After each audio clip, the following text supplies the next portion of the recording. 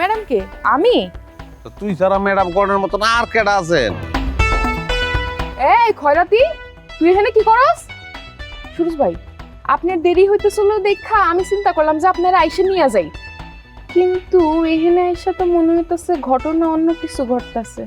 ওই আমি তো বিয়া করা স্বামী, যে আমারে খুঁজে লেগে তুই এই পর্যন্ত আয় পড়ছস। আপনি আমার লগে এমন করে কথা কইতেছেন কেন? তাহলে কেমন করে কথা বলবো তোমার লাগে? হ্যাঁ গো চলো, আমি একটা বিশেষ কাজে আটকা পড়েছিলাম, এই জন্য আমি যেতে পারিনি। এমনি কমু ওই তোর কত বড় কলজা, তোর এত বড় কলজা যে তোর বিয়া করার একটা লাইসেন্স দিছি দেখা তুই তোর কমন সেন্স বুঝলা তুই কেরামত কাকার বাড়ি চলে গেছস তাফালিং করতে। আপনারা না পেয়ে বিশ্বাস করেন সুরজ ভাই, আপনারা না পেয়ে আমার মাথাটা খারাপ হয়ে গেছিল।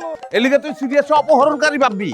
হ্যাঁ, আর বাপের লগে মিললা গেন্দুরে পচা মাছ খাওয়াইয়া তুই রাস্তার মধ্যে ফেলাই রাখবি? ভাই আপনি সবার কথা কইতেছেন, আমার কথা কোন না কি? কম তো তোর কথা তো কম, তুই তো তোর বাইরেও সারস নাই।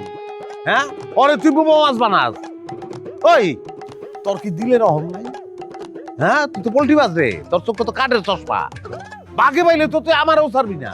বুঝছি, ওই খয়রাতের ঘরে খয়রাতি আমার নামে আপনার কাছে কান পড়া দিছে না? খয়রাতি তোরে আজকে আমি দেখছেন কিরিয়া দিব। দেখছেন দেখছেন